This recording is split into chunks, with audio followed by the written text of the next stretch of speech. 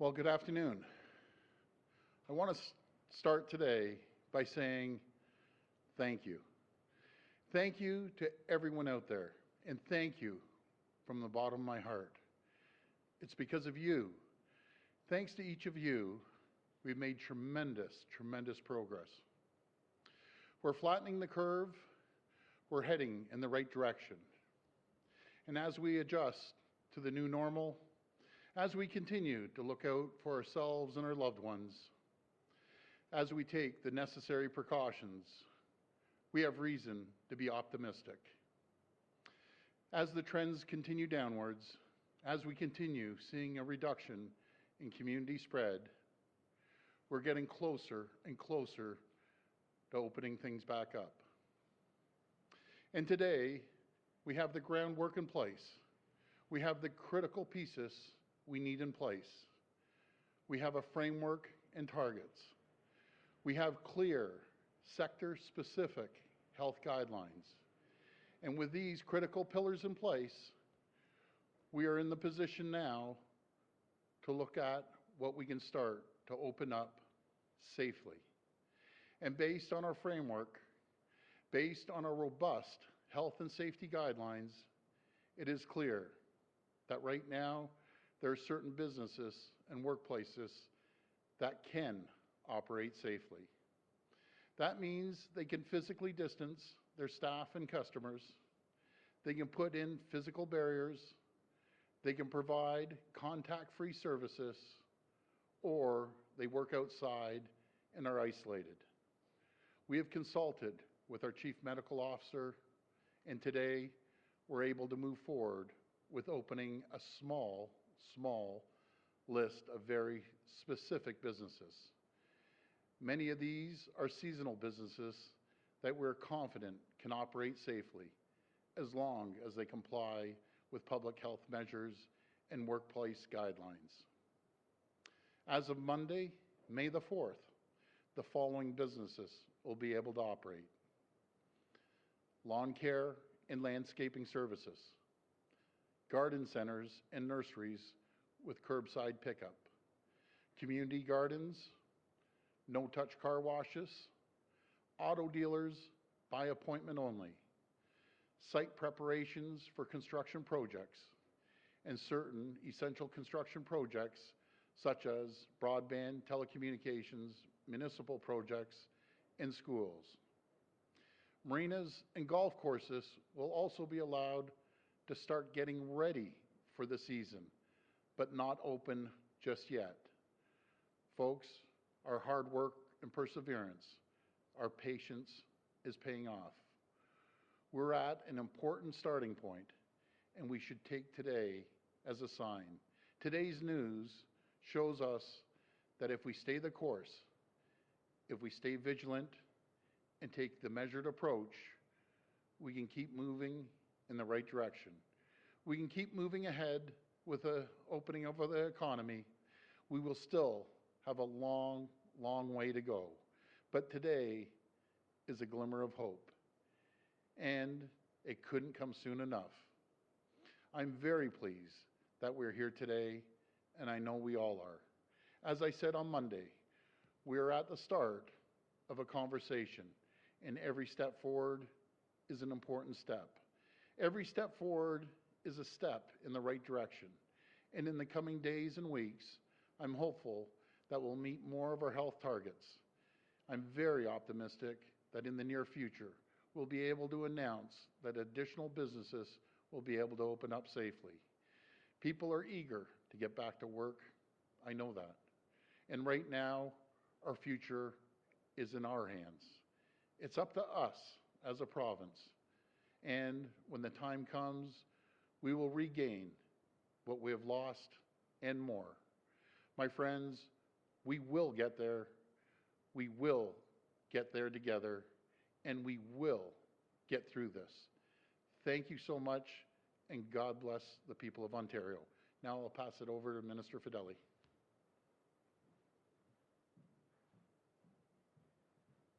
Thank you, Premier, and good afternoon. When this emergency situation began, the business community was ready and willing to step up to the plate. whether donating personal protective equipment, turning their production to the manufacturing of critical supplies for the front line, or submitting proposals through our web portal, Ontario Together. It has been an incredible demonstration of the Ontario spirit. Yesterday, our government released workplace safety guidelines to help employers continue to protect their staff and customers. These guidelines cover a wide range of Ontario's economy and include measures such as maintaining proper physical distancing and the cleaning and sanitization of equipment. These ensure clear guidance and appropriate measures are in place so that workplaces can safely open.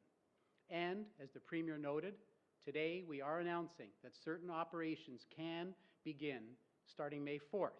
And as the Premier said, these include lawn care and landscaping services, garden centres and nurseries for curbside pickup and delivery, marinas and golf courses only to begin their preparations for their seasonal operations, automatic and self-serve car washes, car dealerships by appointment only, construction that supports improved delivery of goods and services and digital infrastructure, schools, post-secondary and municipal construction projects, including transit, site preparation, servicing, and excavation for residential, institutional, commercial, and industrial developments. These changes are in line with health guidance and physical distancing and reflect changes to the seasonality. We are moving responsibly and cautiously because we don't want to jeopardize the progress we've made over the last few weeks. The next challenge for our business community is clear: to make the necessary adjustments to their operations, work with their employees and their customers, and put these guidelines into action so we can protect the health and safety of the people of Ontario. Easing the unprecedented restrictions our government put in place to save lives and stop the spread will be a complicated and difficult task. But Ontario's business community has risen to every challenge presented by COVID-19. And we have every confidence that they will, in the true Ontario spirit and form, rise to the challenge of keeping workplaces safe. Because getting it right will ensure Ontario returns to prosperity in the safest way possible. And now I'll pass it over to Minister Phillips.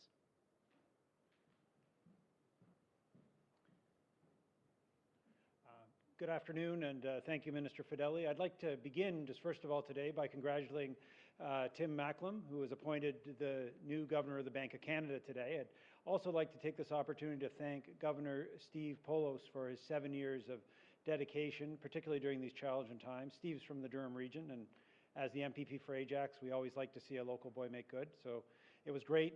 Steve joined us this morning to talk to the Ontario Jobs and Recovery Committee, and we appreciate his insights, and it's just an example of the kind of expert advice we're getting in the health area, in the science area, and of course in the economic area. We do wish Tiff well in his new role. By following our public health experts' advice, we've made progress in our fight against COVID-19. Our sacrifice is paying off, and we can see light at the end of the tunnel. But obviously that progress has come at a cost, and we all know that families and businesses are struggling. Our government has been there to provide support for parents and vulnerable seniors, small businesses facing challenges to pay rent, and making $17 billion available in direct and indirect support for people and businesses. Government can help, but as soon as it's safe, we all want to get people back to work. While we're not yet in a position to move into that reopening phase in our response to COVID-19, we are a step closer. Yesterday, our colleague Minister McNaughton outlined guidance that will help businesses keep their employees and customers safe when they reopen. And today, we're pleased to say that some businesses are in a position to start following that guidance, which is why they'll be able to start operating with restrictions next week. Our response has always been guided by what makes sense for Ontario, based on the current status of the outbreak in our province. We've always been nimble, making practical, periodic adjustments when it makes sense, for our health and for our people. Thank you very much. We'll go to the phone line for questions. One question, one follow-up, please. First question. First question comes from Haley Cooper from Newstalk 1010. Please go ahead. Hi, Premier. Hi, Haley. With all this talk of slowly reopening, we've heard about the need for increased contact tracing. So I just want to circle back to something that you and I discussed a couple of weeks ago, and that was Alberta using smartphone technology to track people with COVID-19. And you said you were going to talk with Premier Kenney about that. And I just want to know how that conversation went, and will the province be adopting that technology?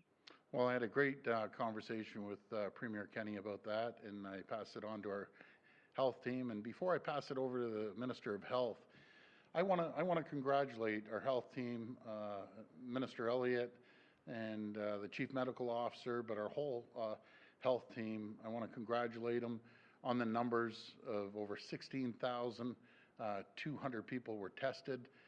They promised they'd bring those numbers up, and they did. And now we just have to continue moving forward on that. So to our health team, thank you for such the hard work.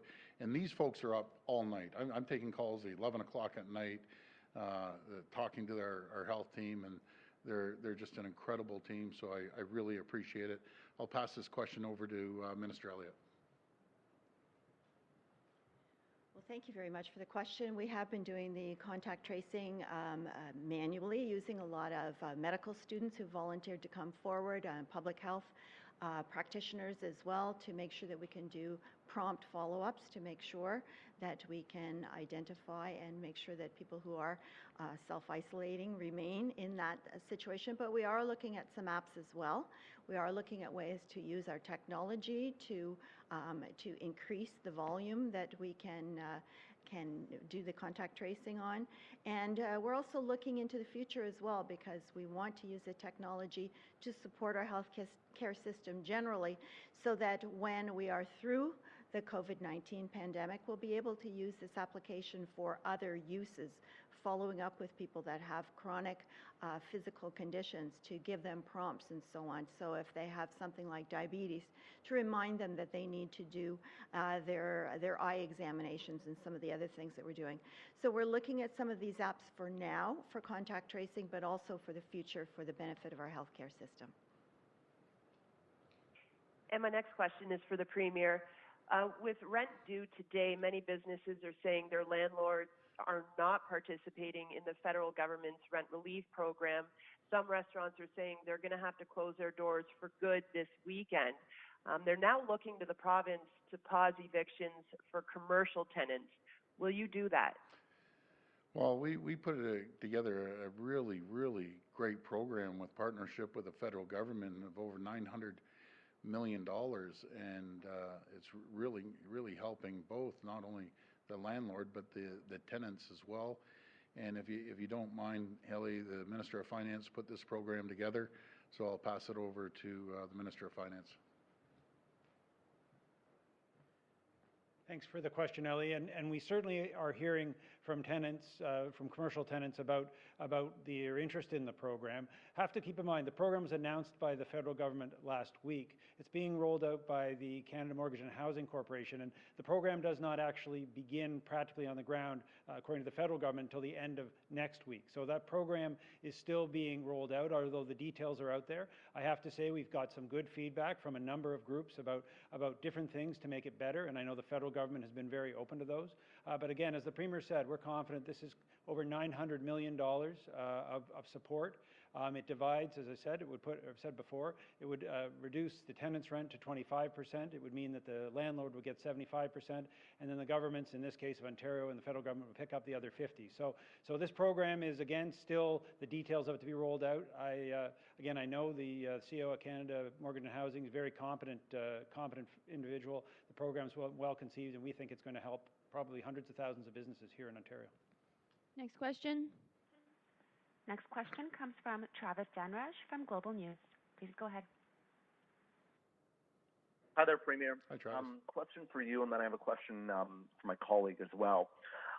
So with these guidelines that you have put into place, I'm just wondering if they're mandatory, what you're going to do in terms of enforcement, and also, as you know, procuring some of these personal protection equipment, things like hand sanitizer, has been very difficult. So what is the government going to do in order to help businesses get some of the supplies they need in order to put these guidelines into place?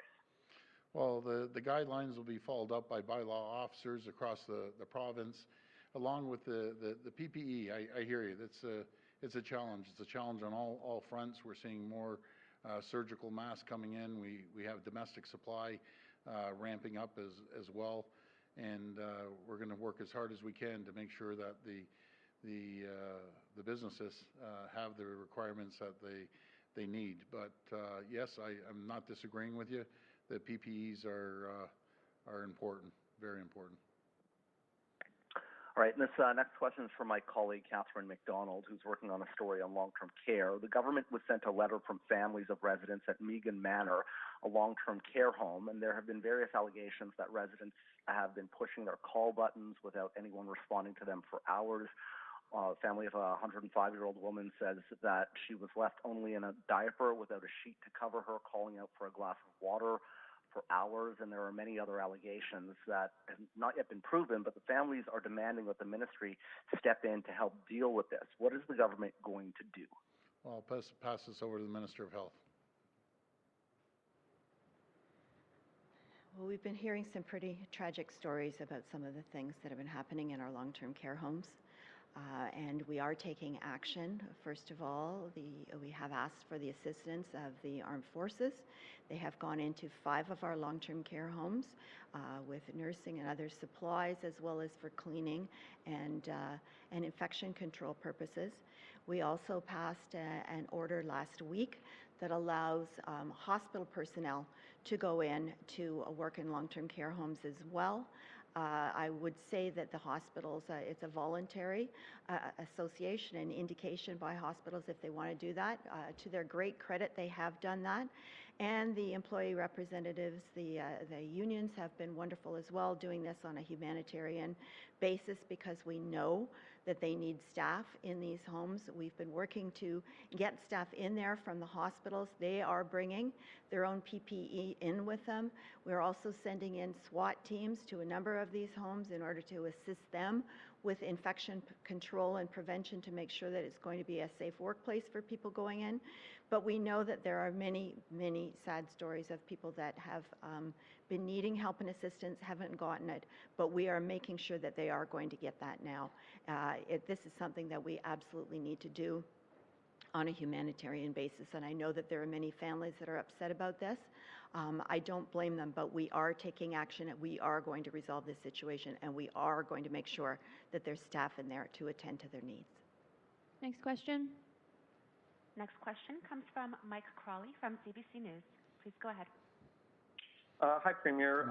We're hearing from frontline workers in both long-term care facilities and in home care that they're not always getting the proper protective equipment that they should have, especially masks. So we're hearing long-term care workers are not getting N95 masks even when they're caring for confirmed COVID patients. And we're hearing home care workers are being told to use the same surgical mask all day, even when they travel between multiple homes. So what's your response to this, especially given that you keep saying that the province does have, enough PPE available, and they just have to, these homes and home care agencies just need to get in touch? Well, the management there should be giving everyone the masks, and we do have the supply. We have a system, people operators sitting there waiting for phone calls and get the delivery over to the long-term care homes within 24 hours. And we have the supplies, so we'll make sure we stay on that. But again, I'm asking the managers of these long-term care homes, 80% of them are privately run. If the caregivers need masks, give them the masks, and we have enough. All you have to do is pick up the phone, and I'm talking to the managers right now. Pick up the phone and call us, and you see the inventory, and if you need them, just call us. But I'd also call us, keep track of your inventory as well. That's another issue that we face. They leave it to the last minute, but we do have them. We will get them over there in 24 hours. It's critical. The frontline healthcare workers get the PPE that they need. We have it, and the managers, it's critical that you give the frontline healthcare workers these masks. Okay, my follow-up is on the economy. The C.D. Howe Institute report out today saying Canada's entered a recession. No real surprise there. What's your government's long-term plan for helping businesses recover from the economic devastation? I know you announced some new businesses that can start functioning on Monday, but what extra things are you going to do to help businesses get economically back on their feet, given how rough things have been for them for the past couple months? Well, nothing as bad as we've seen now, but we were in pretty rough shape when we took over, and we had the economy booming in over a year. And we put incentives in, no matter if it's reducing WSI premiums, if it's reducing electricity costs now, making sure that we give a tax break to hundreds of thousands of small businesses, which we did. We reduced it, I believe, by 8.25%.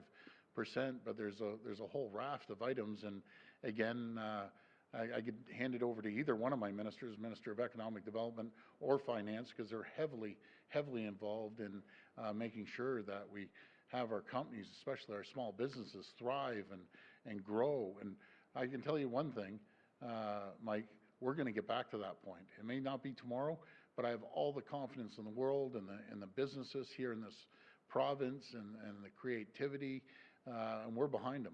We're going to have this economy humming again.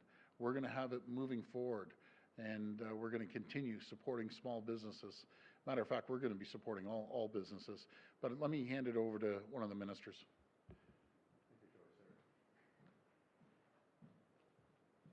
Well, thank you very much. So the Jobs and Recovery Committee is fanning out throughout Ontario with all of our stakeholders right now and all of the groups to give us their feedback on what they believe are the next steps that we can take to help the economy recover. But think about where the Premier was going. Think about where we were just before COVID-19 broke out. We had seen the economy create more than 300,000 jobs. And the biggest issue we had in our economy was trying to fill the remaining 250,000 jobs that were left unfilled at that point. So we know that once this is over and we begin to regroup, that our economy will come roaring back. But to help it along, for instance, one example is our Ontario Together Fund. It is a $50 million fund. As the Premier said, this is for PPE, the personal protective equipment. We know that we weren't making enough of it here in Ontario before COVID-19, and this is a program to invest $50 million for companies to be able to retool or to buy new equipment to make PPE, a business that we want to get into to satisfy the Ontario market, the Canadian market, and export. And there'll be more businesses like that. Next question. Next question comes from Cynthia Mulligan from City TV. Please go ahead. Hi, Premier. This one's for you. Hi, maybe could you give us a little hint about the next businesses that might be on deck to reopen after this?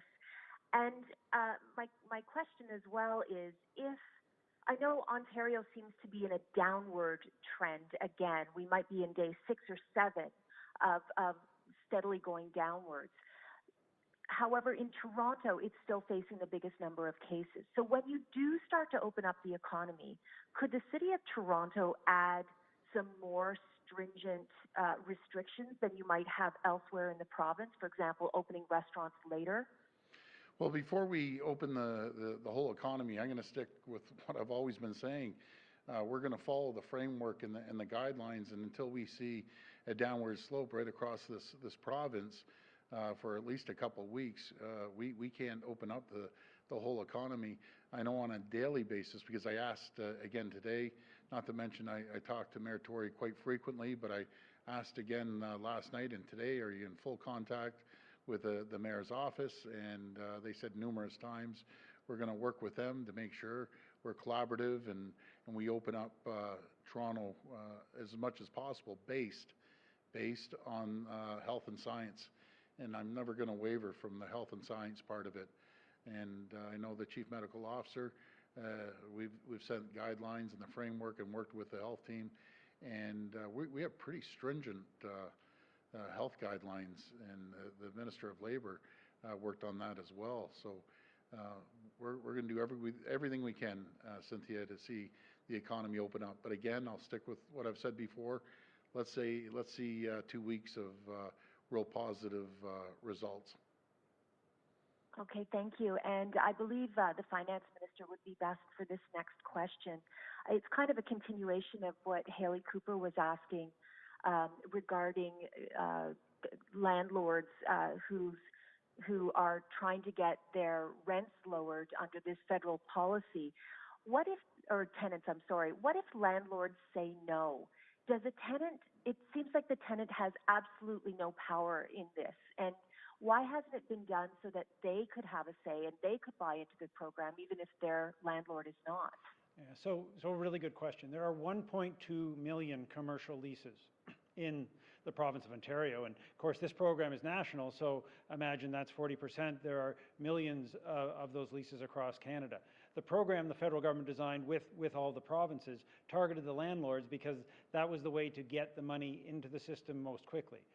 The vast majority of landlords, of course, have a mortgage, about 97%, and so that's why Canada Mortgage and Housing, who have the insurance for those mortgages, was the right group to work with those landlords to put it into place. So the reason was because we wanted to move quickly, and we want to make sure that people are getting that relief. The reason it was announced last week is because we recognized that May 1st was coming up, and so that both landlords and tenants would want some certainty. And of course, remember, it was for $50,000 and under, so targeting smaller businesses and those landlords. And again, this was a program designed to move quickly, to get money out there, and designed to support both the tenants and landlords. But we're confident, as the program, and as I said, the federal government is committed to actually having the program available end of next week, that will relieve a lot of the concerns. And I do have to say that the federal government has been listening. We've been getting certainly feedback from tenants, something from landlords as well. We want to make sure the program fits. We want to make sure most of all the money,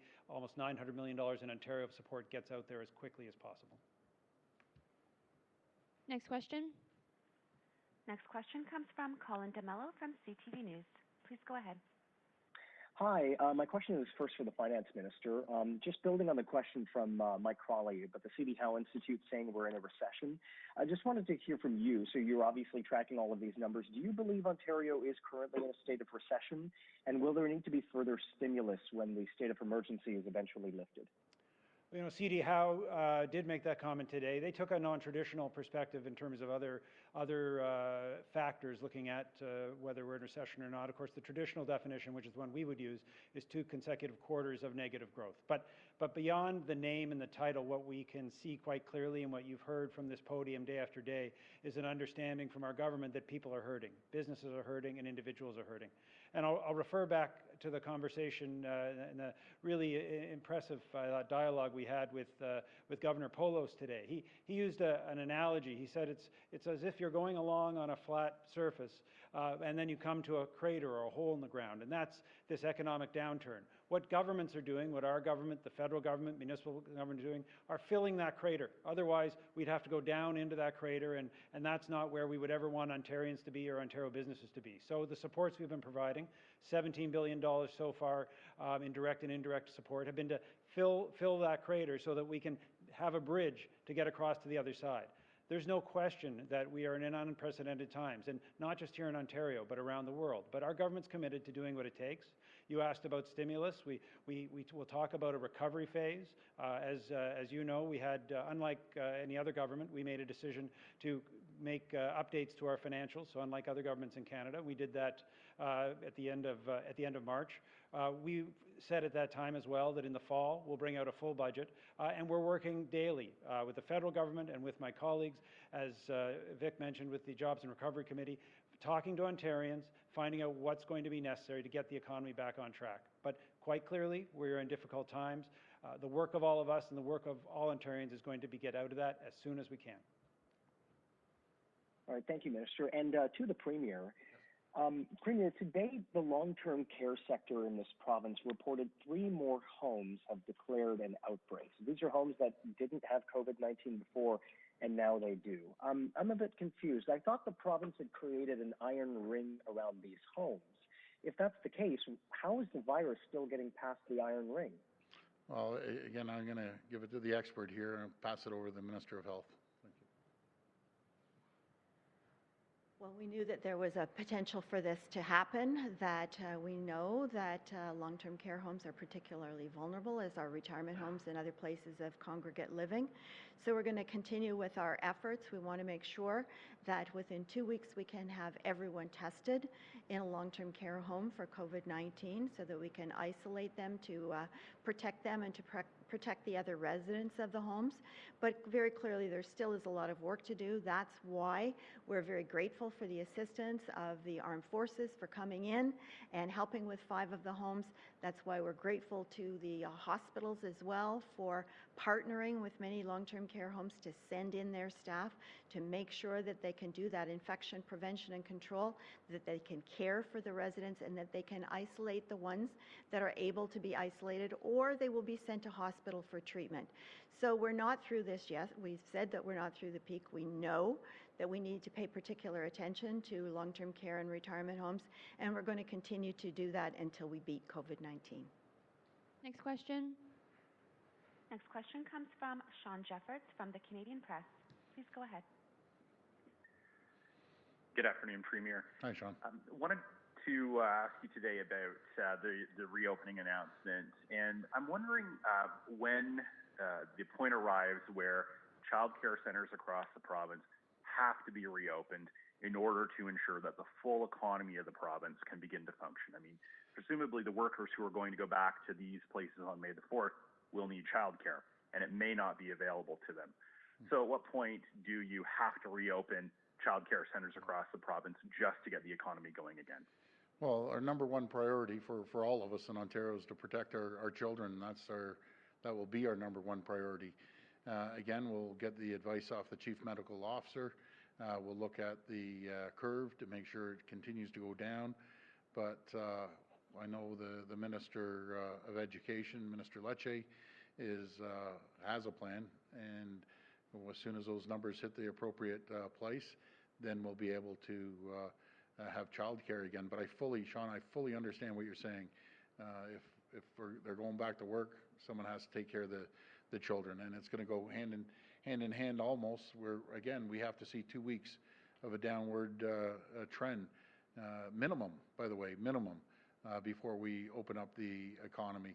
I've said from day one we're going to open this up in a trickle, which we're doing, and mostly seasonal items were opened up today. But everyone's doing a great job, and in the public, we're seeing a positive trend. But again, we want to see at least a couple weeks. Premier, another one for you. I know you get this question probably every Friday, but we're about to have probably the nicest weekend of the year. I'm wondering how much you're concerned that people might just ignore social distancing, quarantine requests and head out there because, frankly, they're just too frustrated with the situation. Yeah. And, is this going to set us back in terms of the ability to reopen the economy? Well, even when we open up the economy a little bit, Sean, people have to practice social distancing. They just have to. We've come all this way, and everyone's worked so hard. Why go backwards based on having warm weather? That time will come, and hopefully it's going to come sooner than later that we can open up some parks and other recreational areas. But even when we do, you have to practice social distancing. Just because we open things up, no matter if we open up the economy or parks, again, you have to make sure you social distance until we get way ahead of this. And we aren't even close right now. It's still right on the front doorstep. We have to be super cautious, and until that happens, just please practice social distancing. We're getting there.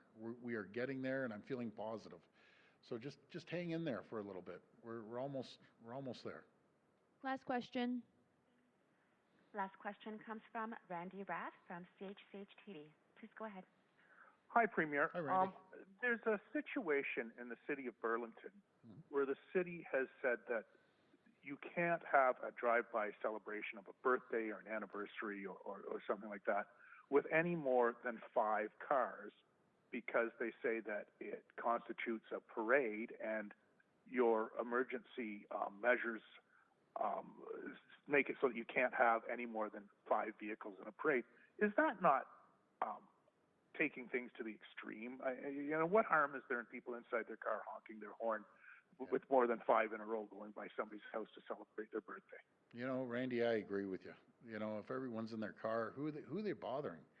You have to celebrate a little bit, going around. And I'll leave that up to the mayor of Burlington. But I spoke to Jane McKenna, our MPP out there today, and she's doing a great job, by the way.